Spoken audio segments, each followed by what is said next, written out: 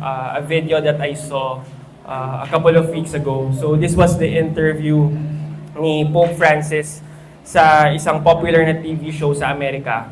Ang TV show na yon, 60 Minutes.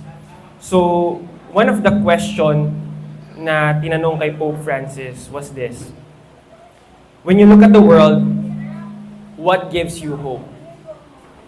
Kung titingnan mo ang mundo, ano yung nagbibigay sa iyo ng pag-asa? Tapos ito yung binigay niyang sagot. Everything. You see tragedies, but you also see so many beautiful things. You see heroic mothers, heroic men, men who have hopes and dreams, women who look to the future. That gives me a lot of hope. People want to live. People forge ahead. And people are fundamentally good. We are fundamentally good. Ayan yung sabi ni Pope Francis. Sabi ni Pope Francis, lahat tayo likas na mabuti. The word fundamentally, it speaks of, it kind of means like foundation. It can also mean essentially. So yung sinasabi ni Pope Francis, it's like saying na ang pinaka-core natin, ang pinaka-pundasyon ng isang tao, he says, is good. Na kung susumahin mo ang tao, naniniwala siya na lahat tayo mabuti. The fundamental nature of man ang nagbibigay ng hope kay Pope Francis. Si Pope Francis, he represents the collective mind of the Roman Catholic leadership. At ito yung mga tao na nagbibigay ng wisdom to about 1.5 billion people in the world. At yung paniniwala ni Pope Francis, this is not very much different sa paniniwala ng mundo at ibang religions. So like in Buddhism, they believe that humans can achieve peace through their inner self. And the highest point na pwede nilang i-attain is nirvana. And once they reach that point, they can become like Buddha. Sa Hinduism, they believe that humans can attain inner peace through practices like yoga and meditation. Ang mundo naniniwala na ang tao, on their own, ay may likas na kakayanan na maging mabuti.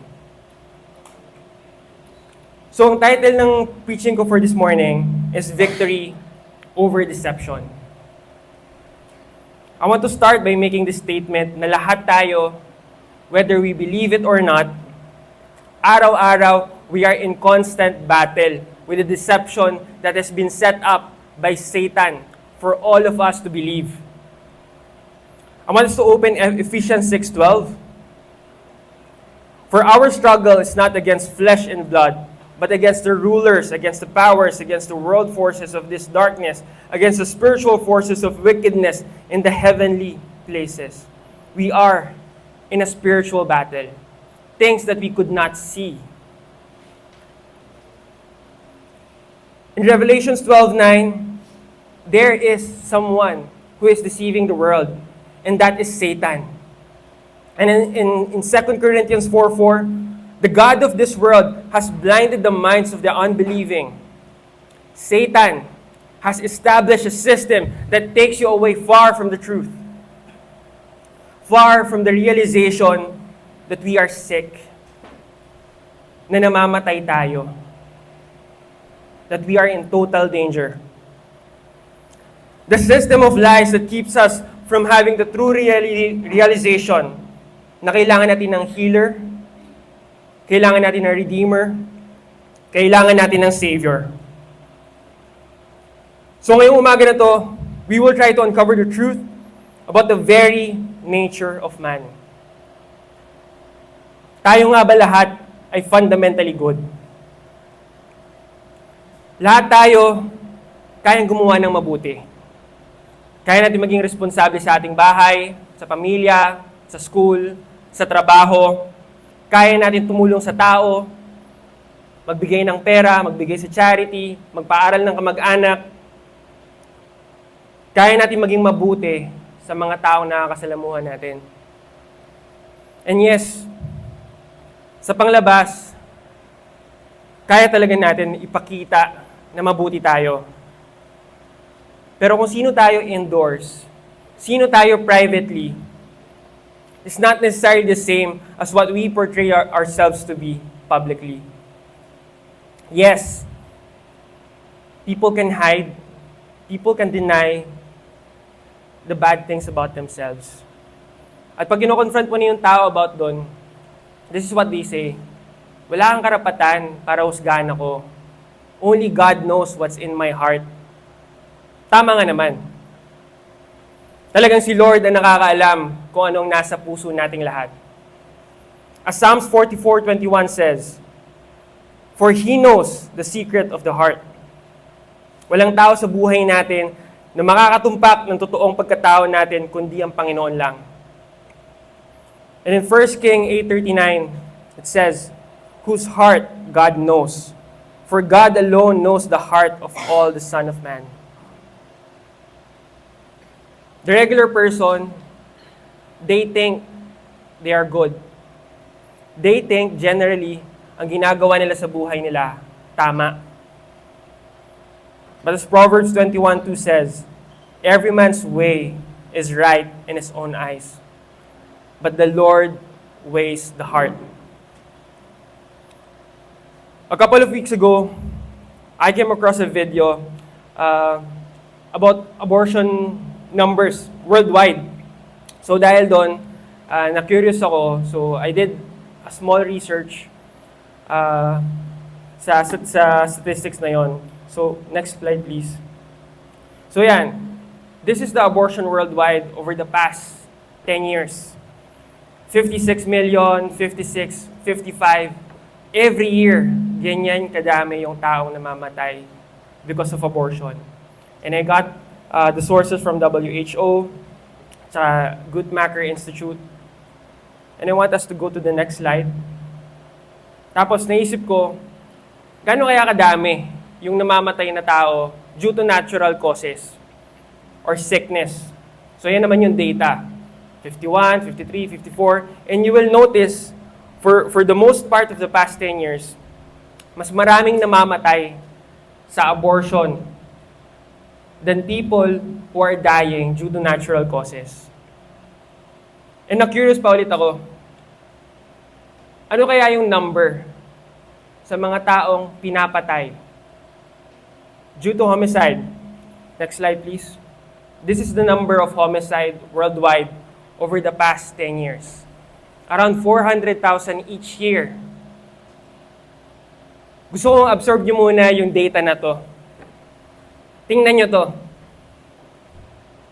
50 million na pinapatay sa sinapupunan ng nanay nila kada taon compare sa 400,000 every year. What does it mean? Kung titingnan mo yung dalawang data na to, they both did the same act. Homicide, they kill innocent lives. Abortion, they kill the innocent lives of their babies. Both parties are murderers. That's their similarity. What's the difference? The people in the homicide group, pag nahuli sila, siguradong kulong sila. But the ones who committed abortion, ang nakakalungkot, hindi nga sila considered criminals in a lot of the countries in the world. They are free. Most of them are free to roam around living normal lives. 400,000 over 55 million. 1% nakakulong and more than 90% malaya ngayon. 90% of the criminals in this world malaya. Think of that.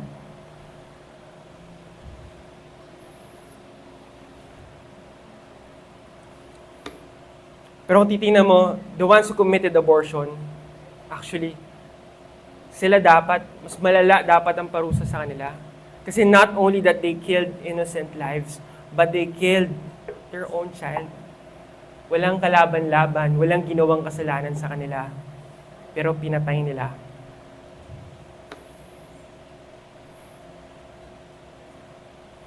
Ang pinatay nila, biyaya ng Panginoon. So this is to show to you that we live in a world, in a system that is evil. Sa ibang bansa, killing the life of the unborn is legal. So hindi lahat ng legal tama. Hindi lahat ng legal moral. Next slide, please. Ay, sorry, mamaya na lang. So, in Isaiah 5:20, it says, "Woe to those who call evil good and good evil, who substitute darkness for light and light for darkness, who substitute bitter for sweet and sweet for bitter." This is how the world works. This is how evil the world is. The government, they allow the killing of innocent lives. Bakit? Out of convenience. Kasi may mga kababaihan, out of social pressure, kesyo may trabaho, kesyo bata pa, kesyo uncommitted yung partners nila, the government allows them to do abortion. Sa US, they have the slogan, "My body, my choice." Karamihan sa mundo, walang pakialam. Again, dun sa numbers kanina, kung titingnan mo yung number of abortion sa number ng mga taong namamatay, idagdag mo pa yung number ng homicide, idagdag mo pa yung taong namamatay sa mga gera, mas marami pa rin pinapatay sa abortion. Wala talagang pakialam most of the people in the world. They are so distracted with so many things that they don't realize how many babies are being killed each year. People only care kung anong trending. Yung binaril dyan, sinaksak dito, gera sa Ukraine, gera sa Israel. Pero they do not see the most evil thing that is happening in the world today.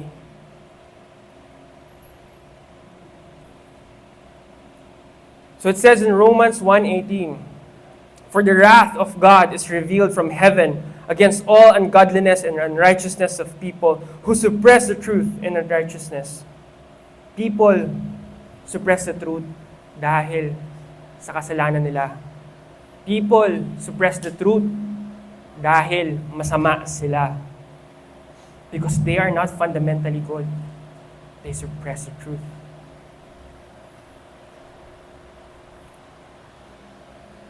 Gusto kong balikan yung data din sa US, sa Philippines. We're not very different. Every year, 500,000 din pinapatay sa Pilipinas. Compare mo sa homicide, wala pang 10%, 1% lang. Tatak natin sa utak natin, 99% of the criminals in this world are free. So are we good?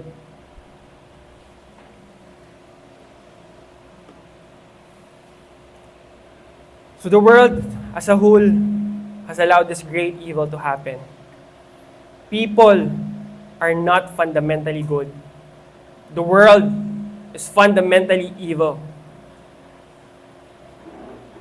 Dito, pinapakita ko sa inyo na meron talagang system in place na ginawa ang Satanas para i-deceive yung tao, para i-distract yung tao na ito, kagagawan to ni Satanas. So the first part is the deceiver. And now I want us to look at the DNA. Whose DNA? Tayo mga tao. So si Apostle Paul, in Romans chapter 17, verse 18, he says here, For I know that nothing good dwells in me, that is, in my flesh. For the willing is present in me, but the doing of good is not. And then later on, he says in Romans 7:24, wretched man that I am, who will set me free from the body of this death? Apostle Paul wrote most of the New Testament, and yet that's what he feels about himself. Nakatulad lang din natin siya. He knows how wretched humans are. Ang nature talaga nating tao, hindi mabuti. And if we look at Job chapter 25 verse 4, how then can a man be righteous before God? Or how can he be pure who is born of a woman? And in Psalms 51:5, behold, I was brought forth in iniquity, and in sin my mother conceived me. Makasalanan na tayo, kahit na nasa tiyan pa tayo ng ating mga nanay. Because our parents, they were sinners. And it's just normal para tayo rin, may inherit natin their sin nature.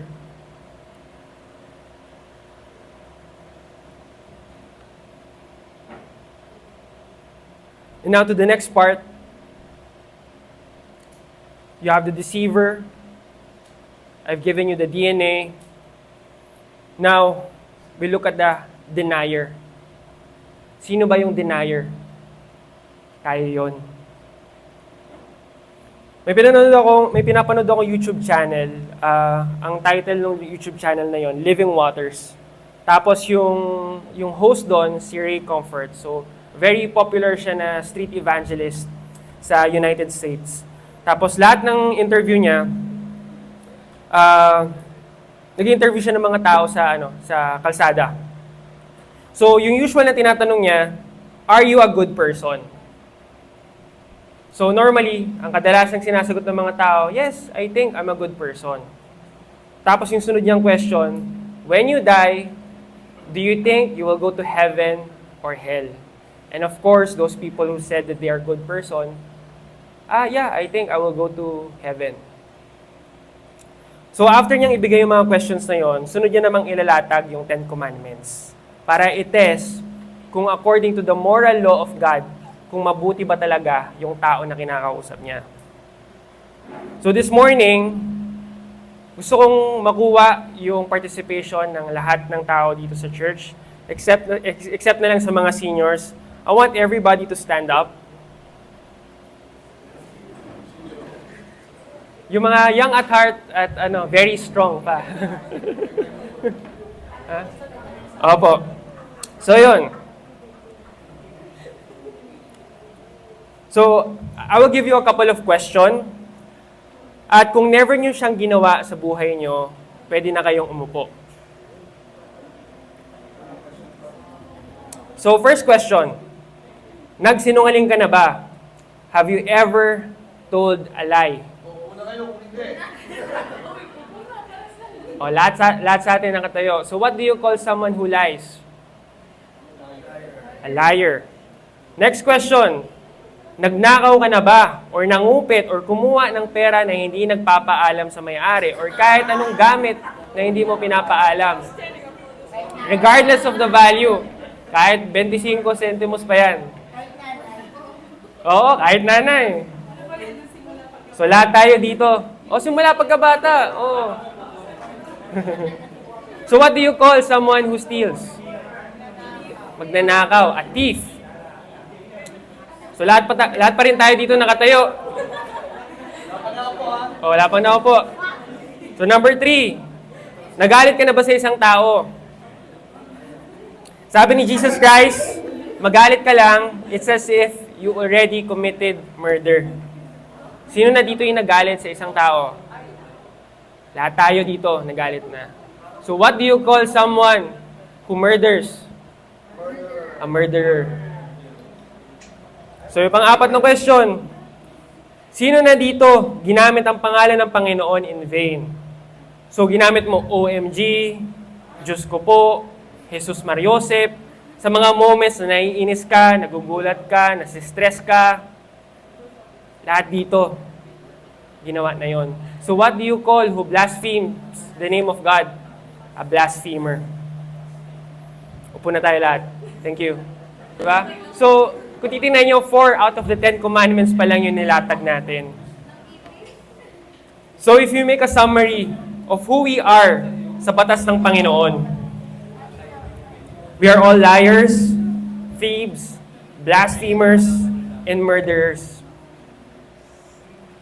Kung 10 commandments ang basihan, are we innocent or guilty? Lahat tayo guilty. Heaven or hell? Hell. Kung 10 commandments lang ang basihan, we all deserve to go to hell. So are we fundamentally good? I want us to open Romans chapter 3, verse 10 to 11. As it is written, there is no righteous person, not even one. There is no one who understands. There is no one who seeks out God. And in Romans chapter 3, verse 23, for all have sinned and fall short of the glory of God. Kahit sabihin natin to, people will still deny and they will still keep on saying na hindi naman talaga ako ganun kasama. The ones who deserve to go to hell, ang reasoning nila, yung mga taong nasa kulungan. Yung mga serial killers, yung mga magnanakaw, sila lang yung dapat sa impyerno.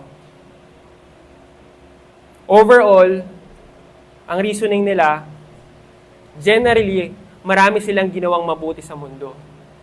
Binibilang nila yung tamang ginawa nila sa maling ginawa nila. Pero ano bang sinabi sa Scripture? I want us to read James chapter 2, verse 10 to 11. For whoever shall keep the whole law and yet stumbles in one point, he is guilty of all. For he who said, do not commit adultery, also said, do not murder. Now, if you do not commit adultery, but you do murder, you have become a transgressor of the law. You have become a criminal. Sa batas ng Panginoon, hindi niya naman tinitingnan kung gaano kadami yung nilabag mong batas. Hindi rin niya tinatanong kung gaano kadami yung mabuting ginawa mo. Ang tinatanong lang, kung may ginawa kang isang crime. If you violated just a single law, ayun lang yung diskusyon. Hindi paramihan ng madaming ginawa sa masamang ginawa. Did you commit one crime? You only need one to be a criminal.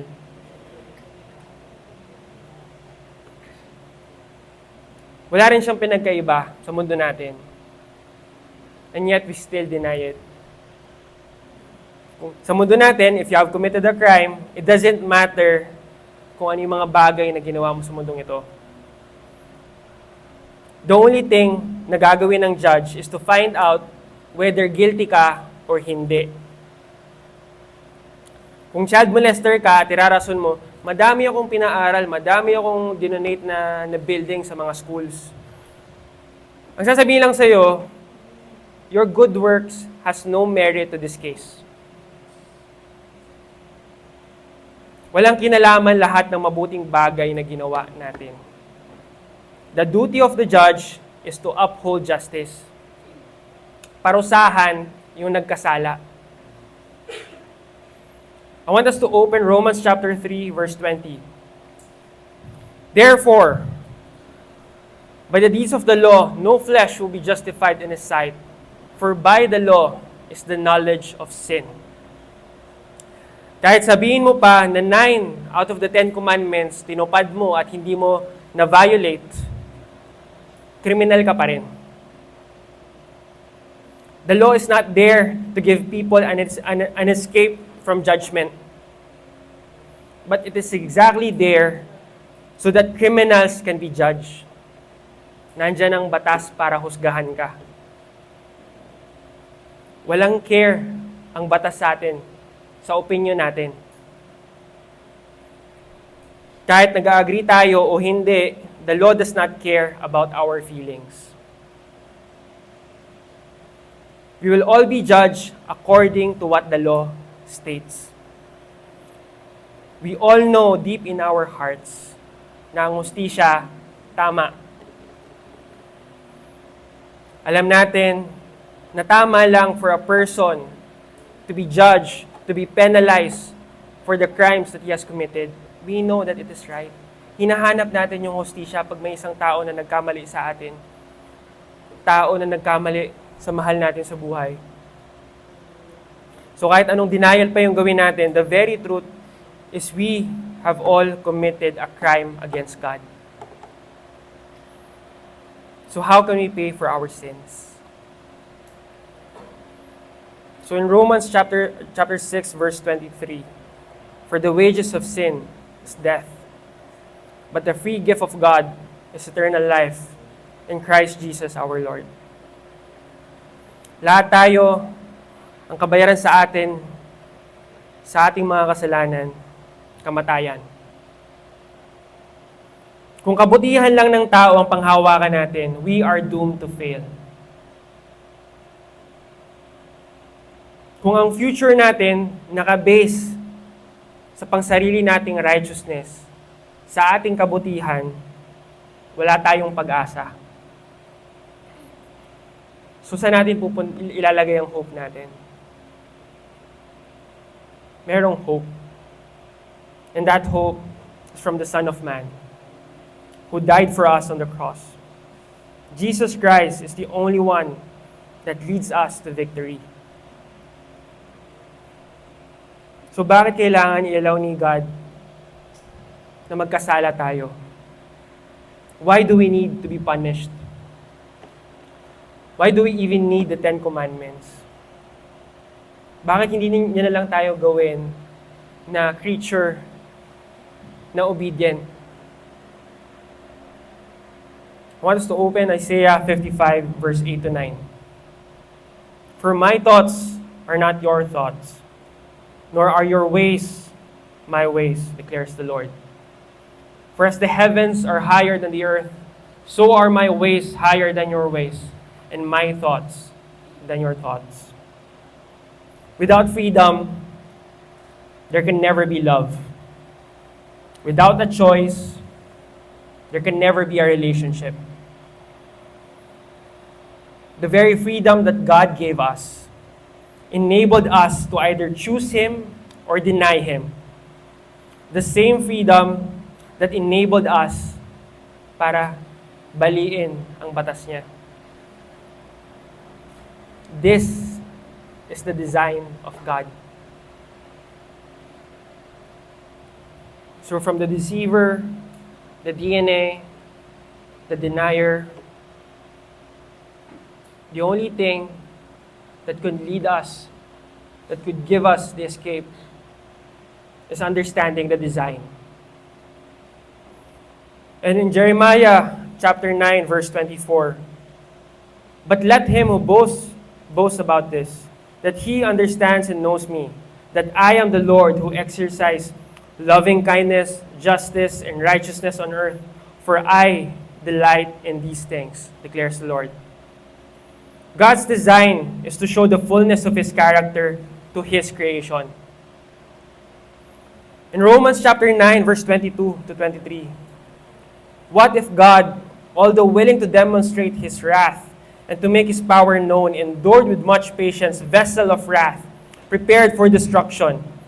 And He did, so to make known the riches of His glory upon vessel of mercy, which He prepared beforehand for glory. In the Old Testament, God gave us the law, so He can show that He is just. Ginawa ang Ten Commandments para ipakita ng Panginoon na patas siya. And in the New Testament, He gave us Jesus Christ para ipakita ng Panginoon that He is merciful. Na kahit may kasalanan ka, nagbigay pa rin siya sa iyo ng kasagutan para mapalaya ka sa kasalanan mo. So I want us to open Romans chapter 5, verse 8. But God demonstrates His own love towards us, in that while we were still yet sinners, Christ died for us. While we were yet sinners. God's design is to show to us kung gaano niya tayo kamahal na kahit hindi pa tayo pinapanganak at wala pa tayong nagagawang kasalanan sa mundong ito, meron na siyang inalay na kabayaran para sa ating kasalanan. Hindi pa tayo nagkakasala. He already gave an answer. Na kahit nung nagkasala na tayo, God has been very patient with us and He has shown to us His unchanging nature. So let's open Colossians chapter 1, verse 21 to 22. And although you were formerly alienated and hostile in mind, engaged in evil deeds, yet He has now reconciled you in His fleshly body through death, in order to present you before Him, holy and blameless beyond reproach. This is the ultimate ending of what God desires for us to experience. I want us to open Revelations chapter 21, verse 3 to 4. And I heard a loud voice from the throne, saying, Behold, the tabernacle of God is among them, and He will dwell among them, and they shall be His people, and God Himself will be among them. And He will wipe away every tear from their eyes, and there will no longer be any death. There will no longer be any mourning or crying or pain. The first things have passed away. Kung wala ng death, then we have eternal life. Kung wala ng mourning, wala ng crying, wala ng pain, what we will have is an ending joy and comfort in Christ Jesus. That is God's design. Ayon ang plano ng Panginoon. So why do we have hope in Christ Jesus? So what is His design? To give us a Savior. Bakit may hope tayo kay Jesus Christ? His design is to give us Jesus Christ because Jesus Christ is divine. We have hope in Jesus Christ because He is divine.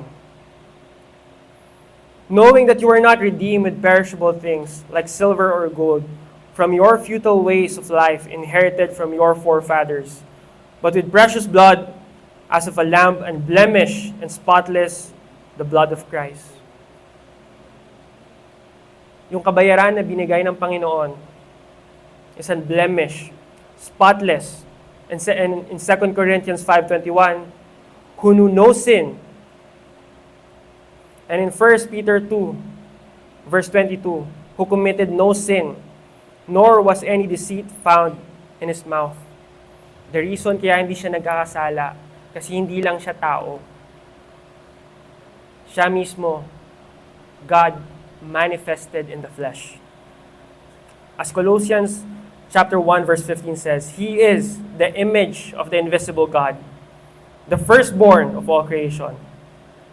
And chapter 2 verse 9, for in Him all the fullness of deity dwells in bodily form. And Hebrews 1:3, He is the radiance of His glory, the exact representation of God's nature. And in Philippians chapter 2, verse 5 to 6, He was in the form of God, but He humbled Himself and became man. And because of that, we have a living hope. We have a living hope in Christ Jesus. The one who died for us is sinless. The one who died for us is perfect. So what's our destiny? I want us to open 1 Peter chapter 1, verse 3 to 4. Blessed be the God and the Father of our Lord Jesus Christ, who according to His great mercy has caused us to be born again to a living hope through the resurrection of Jesus Christ from the dead, to obtain an inheritance which is imperishable and undefiled and will not fade away, reserved in heaven for you. So that's our destiny, church. Maraming salamat sa inyo lahat.